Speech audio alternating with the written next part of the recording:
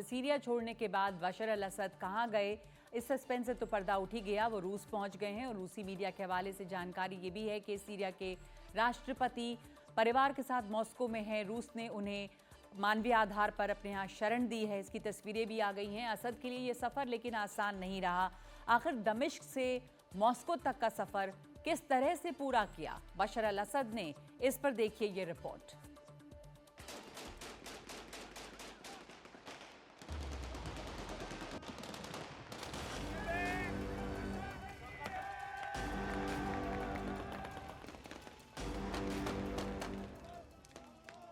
जैसे ही दमिश्क के करीब विद्रोहियों के पहुंचने की खबर आई, सेना तितर-बितर होने लगी।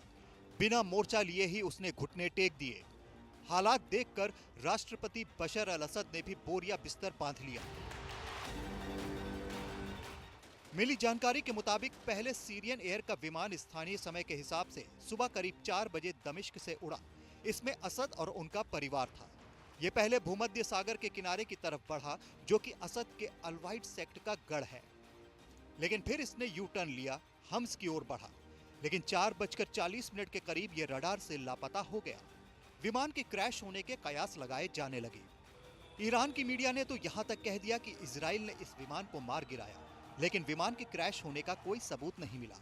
यह भी कहा गया कि विमान के ट्रांसपॉन्डर को ऑफ कर दिया गया ताकि वो कहां जा रहा है इसका पता ना चले। बताया जा रहा है कि ये विमान तटीय शहर लताकिया में उतरा, जहां रूस का सैनिक अड्डा भी है। इसके बाद बताया जाता है कि लताकिया से रूसी सैनिक विमान मॉस्को के लिए उड़ा और उसी विमान में सवार होकर असद अपने परिवार के साथ मॉस्को पहुंचे, जहां उनको शरण दे दी गई है। ये जीत मेरे भाइयों इस्लामिक देश के लिए है। ये जीत इलाके के लिए नया इतिहास है।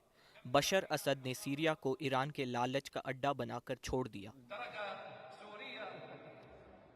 सबसे बड़ा सवाल ये उठ रहा है कि सत्ता से बेदखल होने और दमिश्क छोड़ने को मजबूर होने के बाद बशर अल असद मॉस्को ही क्यों गए?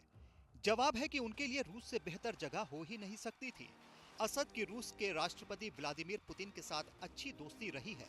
पश्चिम एशिया में सीरिया में रूस का एक अड्डा रहा है। पुतिन न सिर्फ असद की सत्ता के साथ खड़े रहे, बल्कि रूस अलग अलग मौकों पर विद्रोहियों के खिलाफ सैनिक कार्रवाई भी करता रहा है।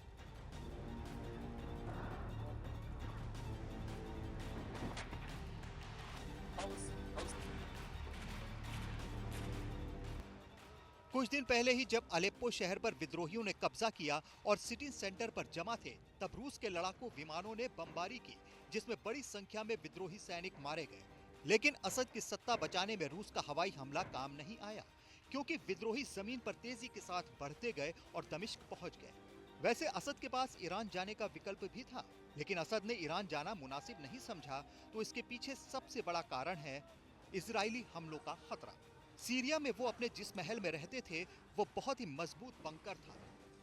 जरूरी नहीं कि इस तरह की सुरक्षित रिहाइश उनको ईरान में मिल पाती, क्योंकि इजराइल जिस तरह से ईरान की राजधानी तेहरान तक में हमला कर हमास चीफ इस्माइल हानिया को मार चुका है, उसके बाद से माना जा रहा है वो किसी भी टारगेट को हिट कर सकता है।